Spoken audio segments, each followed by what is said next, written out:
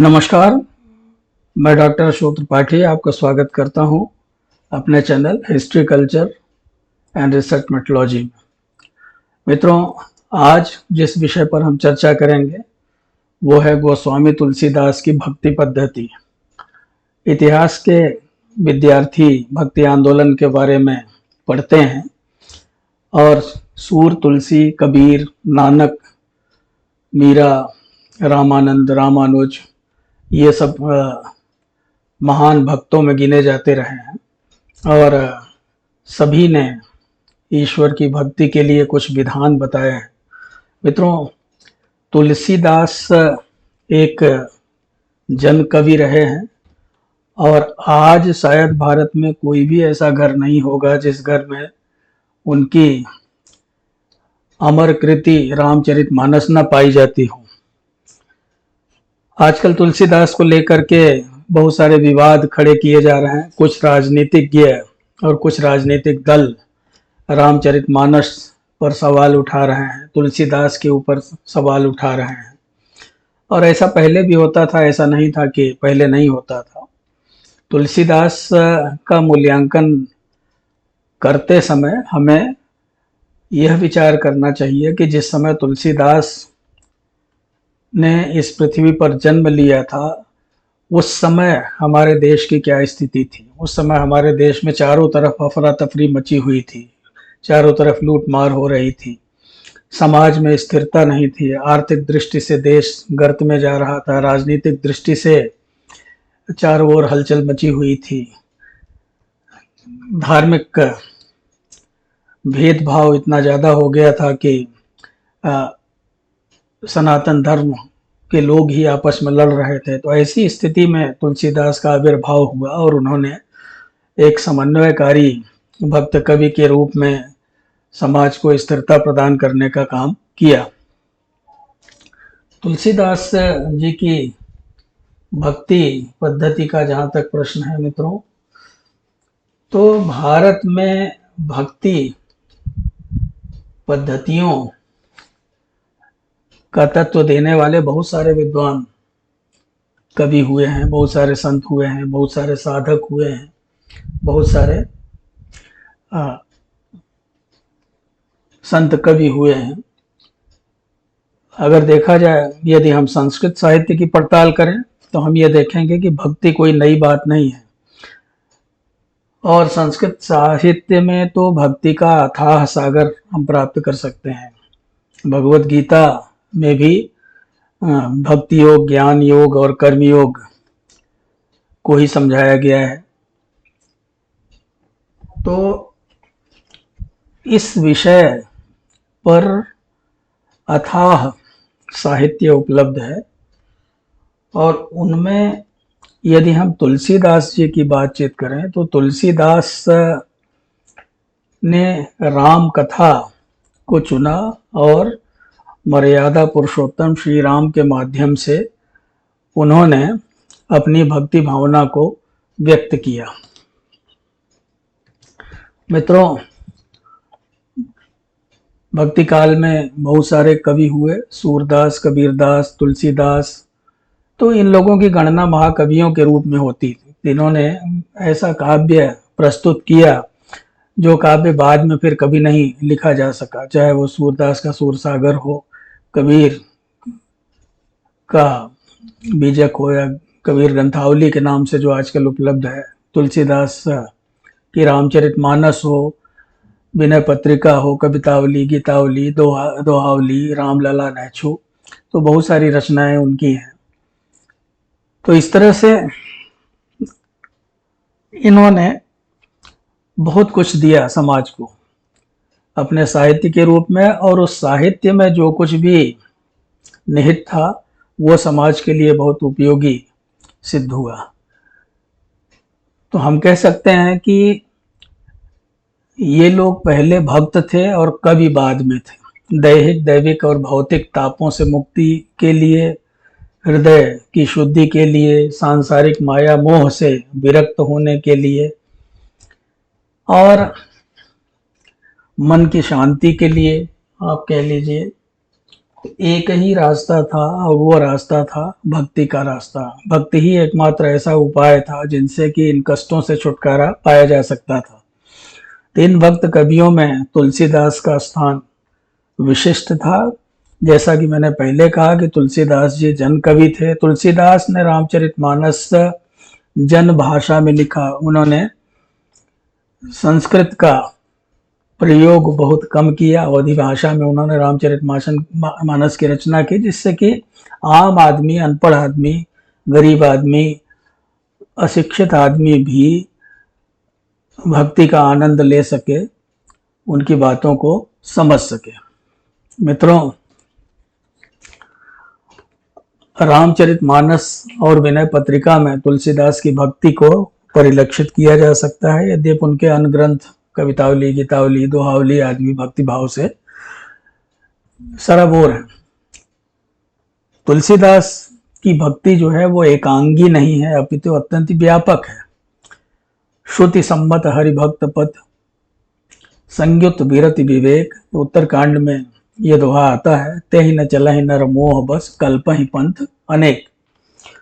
अर्थात ईश्वर से भक्ति का मार्ग वेद सम्मत और ज्ञान तथा वैराग से युक्त है, और मोह के बंधन में बंधा हुआ मनुष्य उसका अनुकरण नहीं करता और अनेक नए नए पंथों की कल्पना करता है। जैसा कि आजकल हो रहा है, आप देखिए कि लोग समझने का प्रयास नहीं करते हैं, बिना सोचे समझे ओछी टिप्पणियां करते हैं। पहले समझना चाहिए कि श्रुति सम्मत जो हरिभक्ति का जो पथ है, जो मार्ग है, वो है क्या, और उसको जानने के लिए उनको सब कुछ समझना होगा। अब जैसे तुलसीदास जी ने स्वयं स्वीकार किया, उन्होंने बालकांड के मंगलाचरण में ही लिखा है कि नाना पुराण निगमागम सम्मतम यद रामायणे निगदितम क्वचिदन्यतो अपि स्वांतः सुखाय तुलसी रघुनाथ गाथा भाषा निबंध मति मंजुल मातनोति। अर्थात अनेक पुराण, वेद, शास्त्र से सम्मत और जो रामायण में वर्णित है, कुछ अन्यत्र से भी उपलब्ध है। श्री रघुनाथ जी की कथा को तुलसीदास अपने अंतःकरण के सुख के लिए अत्यंत मनोहर भाषा में विस्तृत करना चाहता है। तो देखिए, तुलसीदास ने भी जो श्रुति सम्मत हरिभक्त पंथ था उसी को अपनाया है, और उन्होंने इसको स्वीकार किया है बालकांड के मंगलाचरण में ही, कि मैं नहीं कह रहा हूं ये सब, ये तो श्रुति सम्मत है, ये पहले से ही सब कुछ कहा गया है। तो अगर देखा जाए तो हमारे एक मित्र हैं, वो कहते हैं कि राम कथा का विकास जो है वाल्मीकि से प्रारंभ हुआ और तुलसीदास जी के रामचरितमानस में आकर के वो पूर्णता प्राप्त करता है। अनेक रूपों में राम कथा कही गई है, उन्हीं में से तुलसीदास भी हैं, जिन्होंने अपने समय के अनुसार, अपने समय के समाज के अनुसार, अपने समय की आवश्यकता के अनुसार रामचरितमानस का गान किया और भक्ति की शीतल और निर्मल पयस्विनी में लोगों को स्नान कराया। मित्रों, उन्होंने अपने भक्ति के लिए राम नाम को चुना, क्योंकि राम नाम का स्मरण करने से सारे कार्य सिद्ध होते हैं। ज्ञान, वैराग्य और योग के द्वारा प्रतिष्ठित भक्ति मार्ग को तुलसीदास ने सर्वसुलभ बनाया। तुलसीदास के भारत में उत्पन्न होने के पूर्व ही एक बड़ा आंदोलन प्रारंभ हो गया था, जिसमें ऊंच नीच, जात पात, इन सब के खिलाफ आंदोलन करने वाले महान संत थे रामानंद। तो रामानंद जी का नारा था, जात पात पूछे नहीं कोई, हरि को भजे सो हरि का होई। और तुलसीदास ने इसको आगे बढ़ाया। अब जैसे आप देखिए, इस चौपाई में देखिए, जात पात कुल धर्म बढ़ाई, धन बल परिजन गुण चतुराई, भगतहीन नर सोहे कैसा, बिनु जल बारिद देखिए जैसा। अर्थात भक्तिहीन मनुष्य जो है, वो उसके पास कुछ भी हो, वो चाहे जात पात में ऊंची जात का हो, ऊंचे कुल का हो, बहुत बड़ा धार्मिक हो, बड़ा उसका समाज में सम्मान हो, उसके पास धन हो, बल हो, परिजन हो, गुण हो, उसके पास चतुराई हो, लेकिन अगर भक्ति नहीं है, यानी यदि वह ईश्वर में आस्था नहीं रखता है, वो भक्ति विहीन है, तो वो कैसा लगेगा? भक्तिहीन नर सोहे कैसा, बिनु जल बारिद देखिए जैसा। अर्थात भक्तिहीन मनुष्य सब कुछ होने पर भी जलहीन बादल की तरह होता है। भगवान शिव भी इस बात को स्वीकार करते हैं। जब आप देखिए भगवान शिव राम की कथा सुनाते हैं पार्वती को, तो वो भी ये कहते हैं कि उमा कहूँ मैं अनुभव अपना, सत हरि भजन जगत सब सपना। कि मैं अपना अनुभव तुमसे कहता हूँ हे पार्वती कि केवल ईश्वर का भजन ही सत्य है और बाकी ये सारा संसार स्वप्न के समान है। भक्ति के 3 अंग किए गए हैं। प्रसिद्ध आलोचक और साहित्यकार आचार्य बलदेव मिश्र जो है वो उन्होंने एक लेख लिखा है तुलसी के भक्ति तत्व पे, और वो बड़ा अच्छा लेख है जिसमें मानस चिंतन एक पुस्तक है उसमें, और उसमें वो एक तुलसी के भक्ति तत्व के नाम से एक लेख लिखा है जिसमें उन्होंने भक्ति के 3 अंग बताए हैं। भक्ति के 3 अंग कौन से हैं? आराधक, आराध्य और आराधना। आराधक कौन हो सकता है, अर्थात भक्ति करने का अधिकारी कौन है? तो भक्ति के विवेचन में यदि हम सबसे पहले आराधक की बात करें तो हम ये देखते हैं कि जो शास्त्र सम्मत प्राचीन मत है उसमें ये कहा गया है कि देवो भूत्वा देवम यजेत, यानी कि देव हो करके ही देव की उपासना की जा सकती है। देवो भूत्वा देवम यजेत, अर्थात देव बनकर ही देव का भजन कर सकते हैं, यजन कर सकते हैं। लेकिन गोस्वामी तुलसीदास जी इसे नहीं मानते। गोस्वामी तुलसीदास जी ये कहते हैं कि मौसम कौन कुटिल खल कामी, तुमसे कहाँ छुपी करुणानिधि तुम प्रभु अंतर्यामी। अर्थात वो ये कहते हैं कि मेरे समान कौन कुटिल है, खल है, कामी है, और मेरे ऊपर भी भगवान श्री राम ने कृपा की है। तो अब आप समझ सकते हैं कि यानी कि भक्ति का जो द्वार है, आराधक कौन हो सकता है? आराधक कोई भी हो सकता है। भक्ति का द्वार सबके लिए खुला हुआ है। ऐसा नहीं है कि भक्ति करने के लिए कोई बहुत अमीर आदमी होना चाहिए, बहुत बड़ा आदमी होना चाहिए, वही भक्ति कर सकता है। भक्ति का द्वार सबके लिए खुला हुआ है। गरुड़ जी जब काकभूषुंडी को भक्ति, राम की भक्ति के बारे में बता रहे थे तो उन्होंने स्वयं के बारे में ये कहा कि देख गरुण निज हृदय विचारी, मैं रघुवीर भजन अधिकारी। हे गरुण जी, अपने हृदय में विचार करके देखिए, क्या मैं भी श्री राम जी के भजन का अधिकारी हूँ? सकुन धाम सब भांति अपावन, प्रभु मोहि कीन विदित जग पावन। वो ये कहते हैं कि पक्षियों में मैं सबसे नीच और अपवित्र हूँ, परंतु ऐसा होने पर भी भगवान श्री राम ने मुझको सारे जगत को पवित्र करने वाला और प्रसिद्ध कर दिया है। तो इसलिए आज धन्य मैं धन्य अति यद्यपि सब विधिहीन, आज मैं धन्य हो गया हूँ यद्यपि मैं सब प्रकार से हीन हूँ। निज जन जानि राम मोहि संत समागम दीन। तो श्री राम जी ने मुझे अपना जन जान करके, यानी कि अपना खास व्यक्ति जान करके मुझे संत समागम यानी आपसे मेरी भेंट करवाई।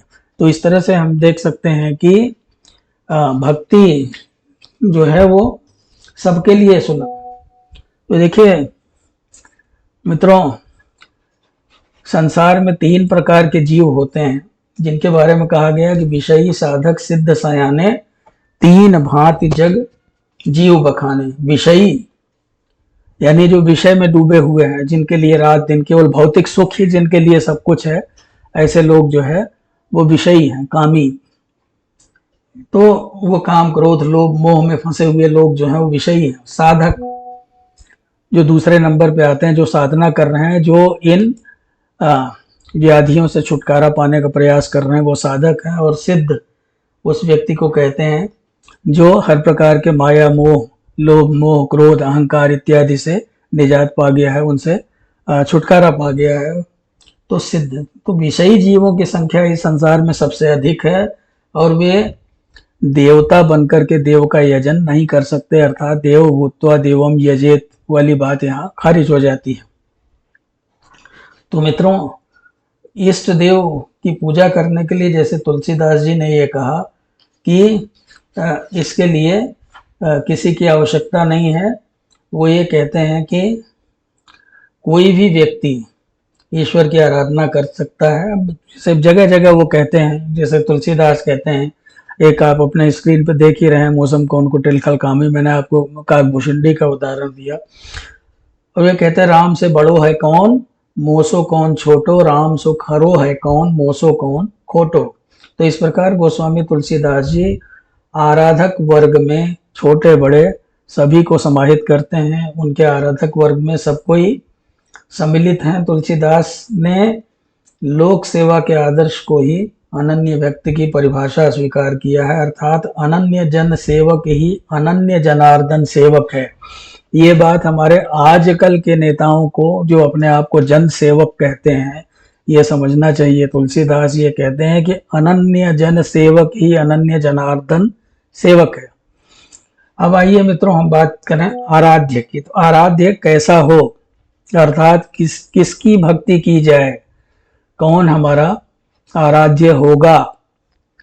तो जैसा कि विदित है, तुलसीदास जी ने मर्यादा पुरुषोत्तम श्री राम को अपना आराध्य बनाया, और उन्होंने ये कहा कि राम नाम अवलंब बिनु परमारथ की आस, बरसत बारिद बूंद गई चढ़न चहत आकाश। राम नाम के सहारे के बिना परमार्थ की कल्पना भी नहीं की जा सकती, परमार्थ की आशा नहीं करनी चाहिए।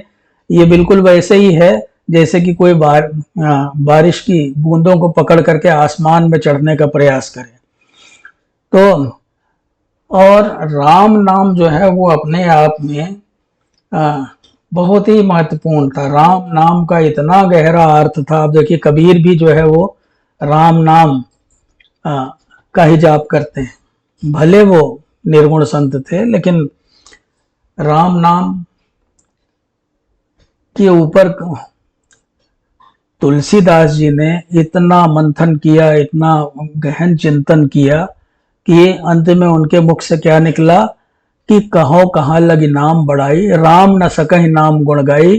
कि कहाँ तक मैं राम नाम की बढ़ाई करूं कि राम भी जो है वो राम नाम का गुण नहीं गा सकते।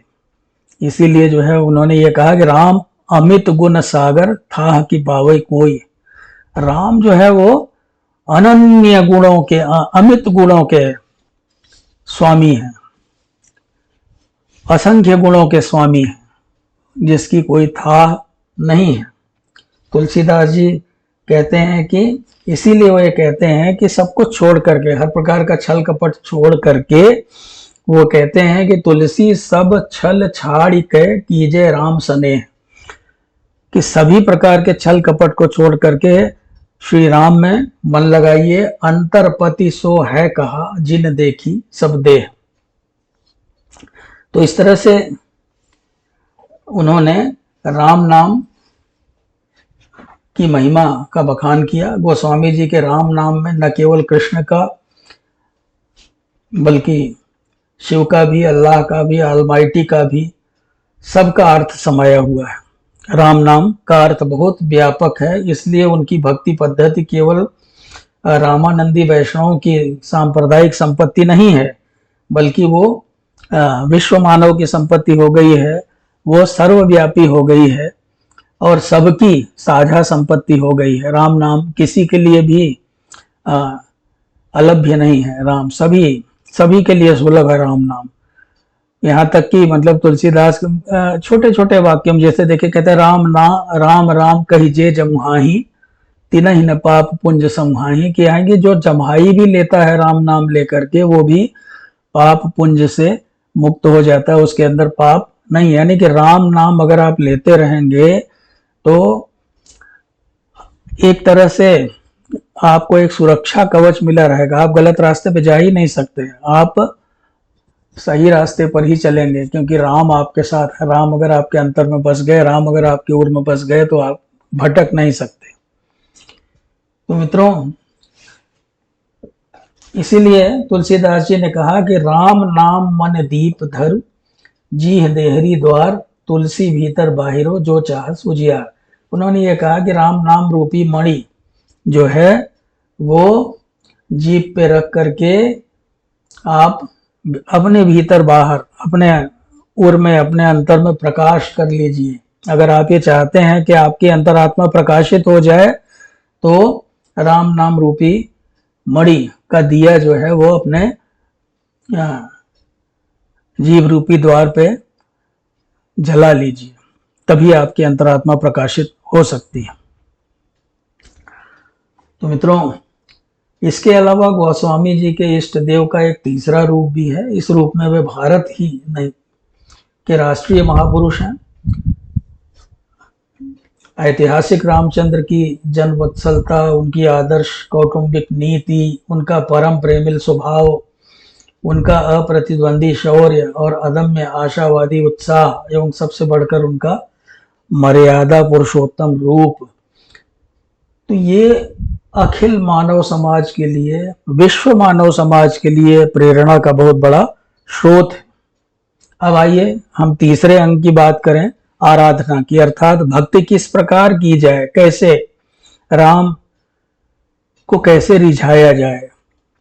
तो राम नाम को कल्पतरु कलि कल्याण निवास, जो सुमिरत भयो भांग ते तुलसीदास। तुलसीदास जी ये कहते हैं कि राम नाम रूपी कल्प तरु जो है वो उसी में कल्याण है, उसी में भक्ति है, उसी में सब कुछ है, जिसने तुलसीदास को तुलसी जैसा पवित्र बना दिया। उन्हीं का नाम सुमिर सुमिर करके तुलसीदास जो है वो तुलसी जैसे बन गए। तो वो ये कहते हैं तुलसीदास जी की कामी ही नारी पियारी जिम, जिस प्रकार कामी व्यक्ति को, वासना से ग्रस्त व्यक्ति को नारी से प्रेम होता है, कामी ही नारी पियारी जिम, लोभी है प्रिय जिम दाम। और लोभी को जितना प्रेम धन से है, जितना प्रेम मोह धन से है, तिम रघुनाथ निरंतर प्रिय लागव मोहिराम। इसी प्रकार से भगवान श्री राम निरंतर मुझे प्रिय लगते हैं। यानी जिस प्रकार से वासना ग्रस्त व्यक्ति किसी नारी से प्रेम करता है, उससे उसकी ओर आकर्षित हो जाता है, लोभी धन की ओर आकर्षित होता है, उसी प्रकार मैं रघुनाथ की ओर, भगवान श्री राम की ओर आकर्षित हूँ। गोस्वामी जी की भक्ति पद्धति में मन, वाणी और क्रिया के लिए अनेक बातों पर बल दिया गया है। जैसे वो कहते हैं, राम ही केवल प्रेम पियारा, जान ले जो जाननिहारा। राम को केवल प्रेम ही पसंद है, राम जो है उनको केवल प्रेम ही।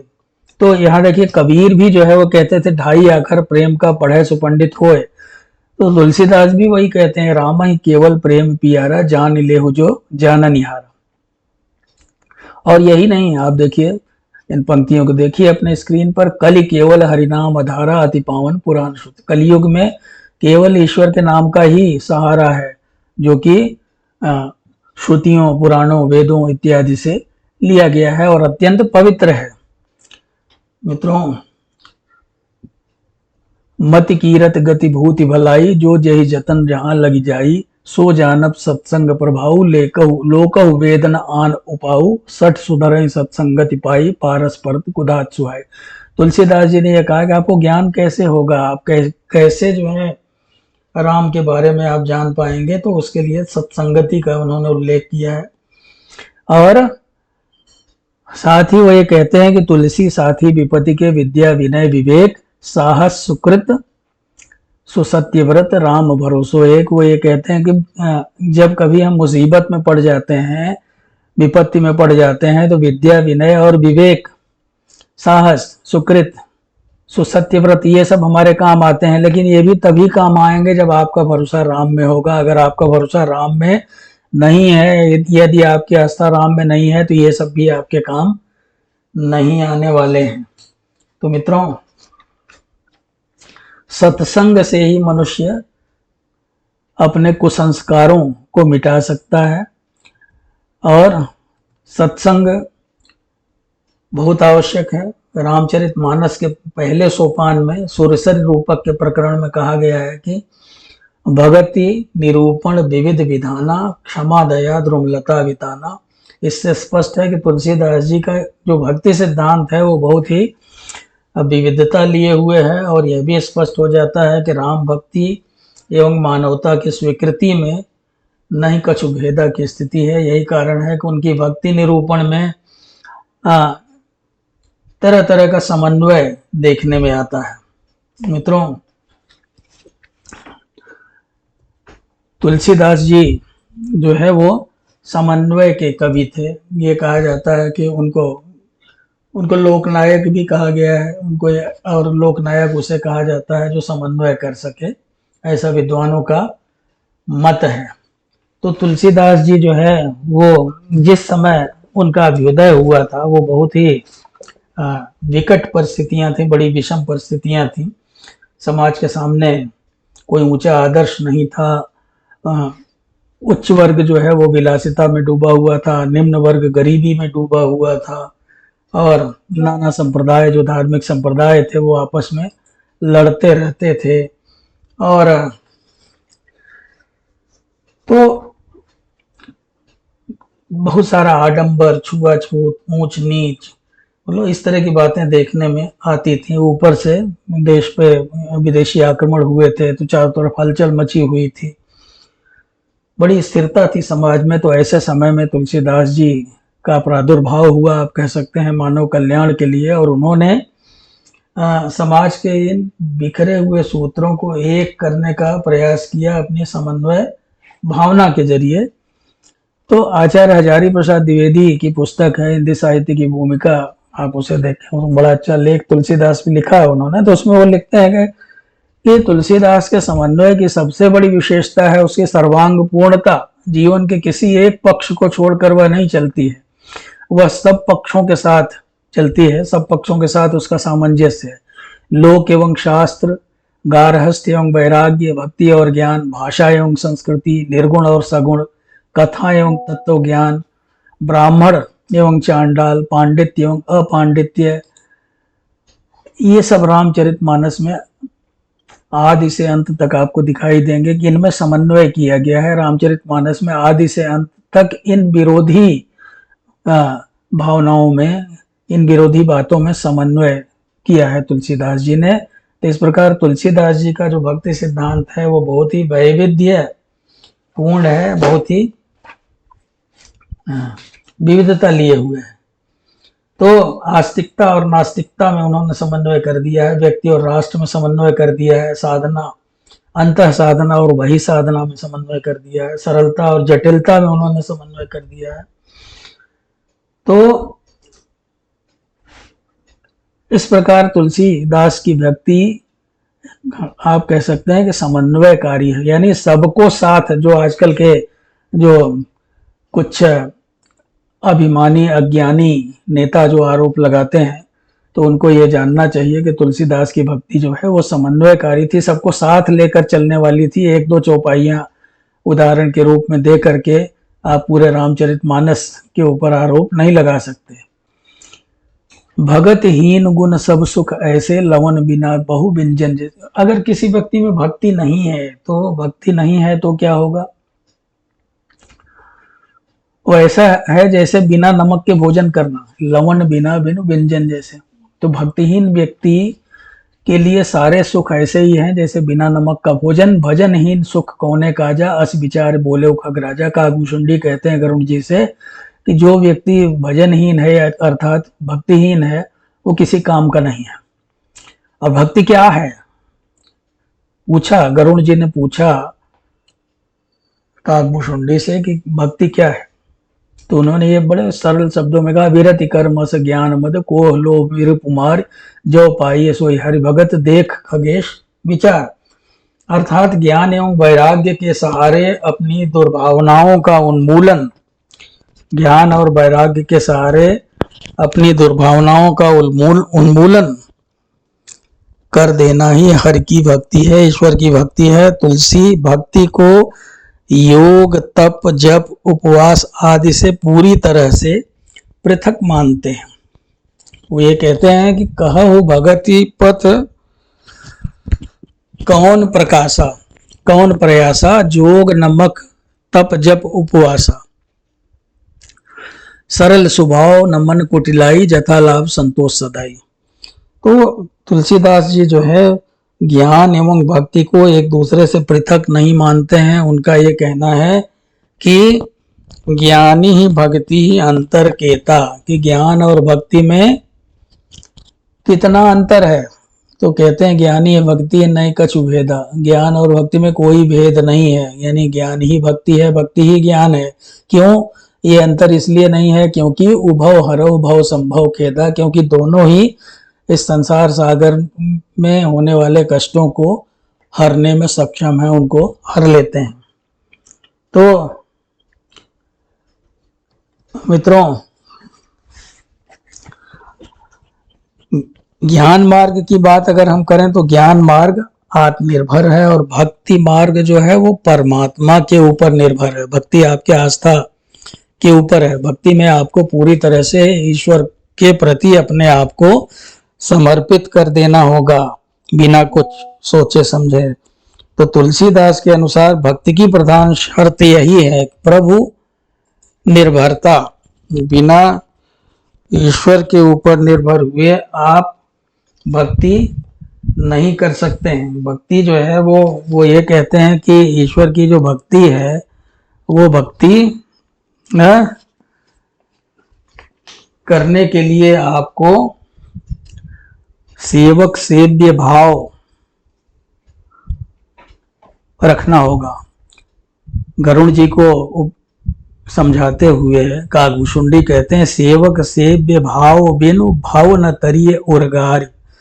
हे सर्पों के शत्रु गरुड़ जी, मैं सेवक हूं और भगवान मेरे सेव्य हैं यानी स्वामी हैं।